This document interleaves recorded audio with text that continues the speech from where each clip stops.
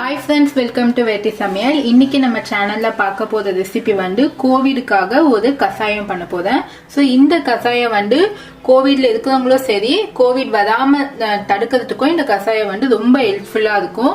So first விஷயம் வந்து Covid வந்துன்னு சொல்லி பயப்பட தேவையில்ல. சோ இந்த கசாயம் வந்து நீங்க டெய்லி சாப்பிட்டுட்டு இருந்தாவே போதும், உங்களுக்கு எந்த நோய் தொற்று வராது. இதுல நோய் எதிர்ப்பு சக்தியும் ரொம்ப ஜாஸ்தியா இருக்கு. சோ அது எப்படி பண்ணதை நம்ம வீடியோக்குள்ள போகலாம். ஃப்ரெண்ட்ஸ், இப்போ இந்த மாதிரி ஒரு சாஸ் பேன் எடுத்துக்கோங்க. இதில் ஒரு 3 கப்பு தண்ணி ஆட் பண்ணிக்கோங்க. இப்போ ஒரு கப்பு. இப்போ இந்த 3 கப்பு தண்ணியில் மிளகு வந்து ஒரு 5 மிளகு நல்லா இடிச்சு வச்சிருக்கேன்.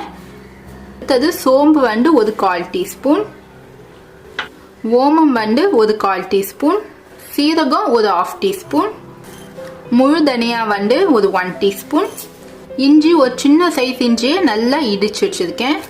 இப்போ இது கூட லெமன் வந்து ஒரு 1/4 லெமன் எடுத்துருக்கேன். சின்ன சைஸ் லெமன்ல ஒரு 1/4 லெமனு. இந்த லெமன் வந்து ஜூஸ் மட்டும் எடுத்துக்காதீங்க, இந்த தோலோட அப்படியே போட்டுக்கோங்க. இந்த தோல்ல தான் வந்து கோவிட் வந்து சீக்கிரமா நம்மளுக்கு சரியாகும். நோய் எதிர்ப்பு சக்தியும் இந்த லெமனுக்கு நிறைய இருக்கு, அதுக்காக இதை அப்படியே போட்டுக்கோங்க. இப்போ இது கூட மஞ்சள் தூள் வந்து ஒரு 1/4 டீஸ்பூனோட கம்மியா எடுத்திருக்கேன். ஸோ இப்போ இதெல்லாம் வந்து நம்மளுக்கு நல்லா கொதிச்சு 2 கிளாஸ் வர வரைக்கும் நீங்கள் நல்லா குடிக்க விட்டுக்கோங்க.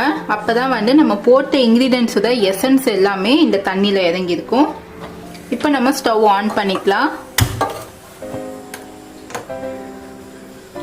ஃப்ரெண்ட்ஸ், இந்த ரெசிபி வந்து நீங்கள் காலையில் வெறும் வயிற்றுலையோ குடிக்கலாம். இது வந்து கோவிடுக்கு மட்டும் இல்லை, வெயிட் லாஸ்க்கும் ரொம்ப நல்லது, கேஸ்ட்ரிக் ட்ரபிள் அதுக்கும் ரொம்ப நல்லது.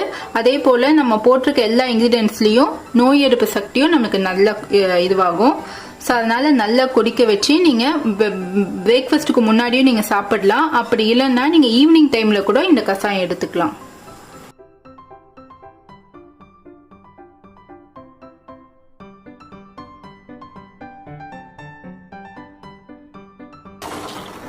ஃப்ரெண்ட்ஸ், இப்போ பாருங்க, இப்போ நமக்கு நல்லா கொதிச்சு கம்மியாக இருக்கு.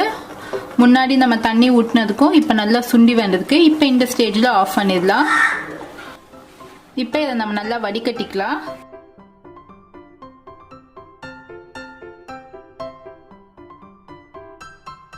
ஃப்ரெண்ட்ஸ், இப்போ பாருங்க, இதுதான் கசாயம். இந்த கசாயம் கூட நீங்கள் குழந்தைங்களுக்கு கொடுக்கும் போது காரமாக இருந்துச்சுன்னா, இல்லைன்னா உங்களுக்கே காரமாக இருந்துச்சுன்னா நாட்டு சக்கரை இல்லைன்னா பனகற்கண்டு இந்த மாதிரி ஆட் பண்ணிக்கலாம். உங்களுக்கு இந்த ரெசிபி பிடிச்சிருந்தா கண்டிப்பாக என் சேனலை லைக் பண்ணுங்க, ஷேர் பண்ணுங்க.